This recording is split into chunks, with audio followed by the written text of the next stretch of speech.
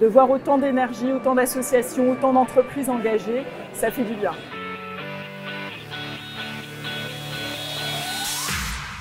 Le sommet de l'inclusion économique 2022, organisé au ministère des Finances par la Fondation Mosaïque sur le thème Agir avec impact, a réuni plus d'une centaine d'entreprises, institutions et associations prêtes à s'engager en faveur de la diversité et de l'inclusion économique. Et 10 000 décideurs se sont mobilisés à cette occasion.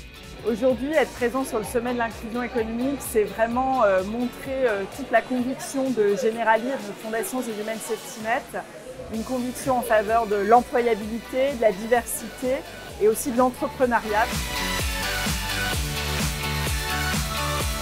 Il faut se rendre compte qu'aujourd'hui, ce sujet devient une évidence par rapport à il y a 15 ans, mais c'est loin d'être gagné et que si on ne se saisit pas de ce sujet-là, on va être en décalage par rapport à son marché, par rapport à ce qui est attendu d'une entreprise citoyenne. Je sens qu'il y a une ambition qui est montée, je sens qu'il y a une envie de collaborer et je sens qu'il y a une envie de réussir. Près de 50 plénières et ateliers ont eu lieu dans les locaux du ministère à Bercy. L'occasion de partager des pratiques et de confirmer des engagements forts en faveur d'une société plus inclusive et pour faire avancer ce sujet créateur de valeur pour l'économie de notre pays.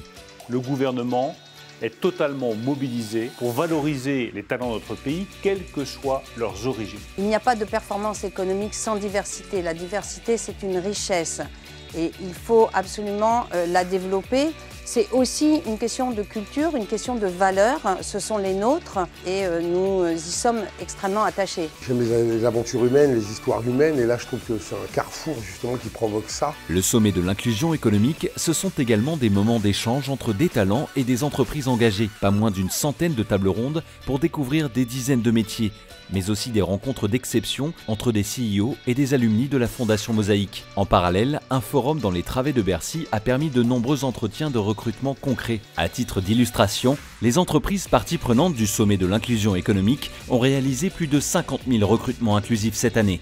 Le sommet de l'inclusion, c'est vraiment important. On n'a pas souvent la chance de discuter avec des recruteurs et des dirigeants en face à face. Ce qui, moi, me porte, c'est la part de la mission sociale des entreprises. On va essayer de faire du buzz sur toutes ces entreprises qui recrutent, qui sont dans des positions d'ouverture forte et surtout qui ont compris en fait avant les autres que la diversité c'était une source de performance économique. Et la nouveauté cette année, ça a été aussi d'embarquer les entrepreneurs. On a lancé un fonds de financement dédié à l'entrepreneuriat. Les porteurs de projets et les entrepreneurs issus du quartier populaire ont besoin de notre soutien. Moi, ce que je retiens de cette journée formidable, c'est qu'il y a une attente de la part des entreprises. Quand j'entends les entreprises exprimer des objectifs de recrutement à 15% sur leur volume, eh bien, il va falloir mettre le paquet aussi dans cette direction-là. Donc le sommet se décline dès demain en mouvement de l'inclusion économique avec des entreprises, des associations, mais également les pouvoirs publics qui doivent aussi faire leur part.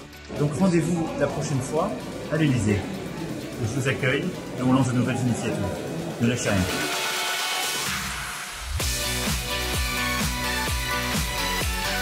Le sommet de l'inclusion économique dans un lieu en plus aussi prestigieux, c'est une façon de démontrer que c'est un sujet important, que c'est un sujet dont les entreprises s'emparent et qu'il faut travailler sur ce sujet-là parce que c'est de la création de richesse pour nos territoires, pour nos entreprises et pour l'ensemble des personnes concernées.